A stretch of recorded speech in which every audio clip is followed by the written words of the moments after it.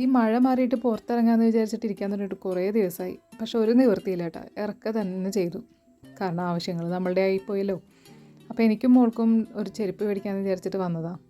ഇപ്പോൾ ഈ മഴയായ കാരണം ഞാൻ ഷൂ ആണ് ഉപയോഗിക്കാറ്, ഷൂ ടൈപ്പല്ലേ.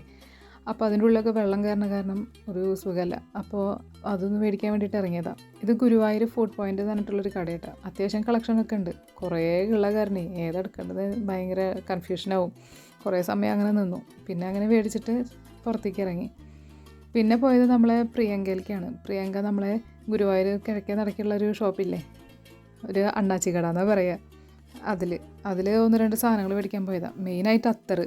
ഞാൻ വീട്ടിലിപ്പോൾ മോൻ്റെ കൂട്ടുകാരൻ്റെ കയ്യിൽ നിന്നാണ് അത്തറ് മേടിക്കാറ്. അപ്പോൾ അവനിന്ന് വന്നപ്പോൾ അവൻ്റെ കയ്യിൽ ഉണ്ടായിരുന്നില്ല. അപ്പോൾ അത്തറ് മേടിക്കാനായിട്ട് പോയതാണ്.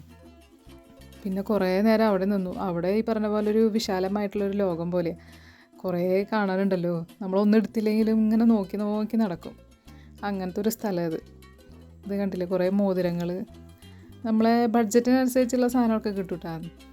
10 രൂപയൊക്കെ തുടങ്ങിയിട്ടുള്ള സാധനങ്ങളൊക്കെ ഉണ്ട്. മോതിരങ്ങൾ, കമ്മലുകളൊക്കെ. ഞാൻ കൂടുതൽ ഇവിടെ തന്നെ മേടിക്കാറ്. അങ്ങനെ പിന്നെ അവിടെ നിന്ന് അതൊക്കെ മേടിച്ച് അത്ര കിട്ടി. ഞാൻ ഉദ്ദേശിച്ച സാധനം ഇല്ല, കാരണം ഞാൻ സ്ഥിരം മേടിക്കാറ് അസീൽ എന്ന് പറഞ്ഞിട്ടുള്ളൊരു ചെറിയൊരു അത്തറ് കുപ്പിയായിരുന്നു. അതില്ല. പിന്നെ അങ്ങനെ വേറൊരെണ്ണം അഡ്ജസ്റ്റ് ചെയ്തിട്ട് കിട്ടി. പിന്നെ അവിടെ നിന്ന് പിന്നെ ബാങ്കിലേക്ക് ഒന്ന് കയറേണ്ട ആവശ്യമുണ്ടായിരുന്നു. ബാങ്കിൽ പോയി. നമ്മളെ ഗുരുവായൂരപ്പൻ്റെ മുന്നിലുള്ള ബാങ്കാണ് കേട്ടോ. അതൊരു ഉപകാരമാണ്. ഇവിടെ വരുമ്പോൾ എപ്പോഴും അവിടെ കയറാം, അവിടെ വരുമ്പോൾ ഇവിടെയും കയറാം. അങ്ങനെ പിന്നെ മാർജിൻ ഫ്രീ ഷോപ്പിലൊക്കെ പോയി സാധനങ്ങളൊക്കെ മേടിച്ചിട്ട് ഇന്നത്തെ പരിപാടി അവസാനിപ്പിച്ചു. ഇരുട്ടായിട്ടാണ് വരുമ്പോൾ.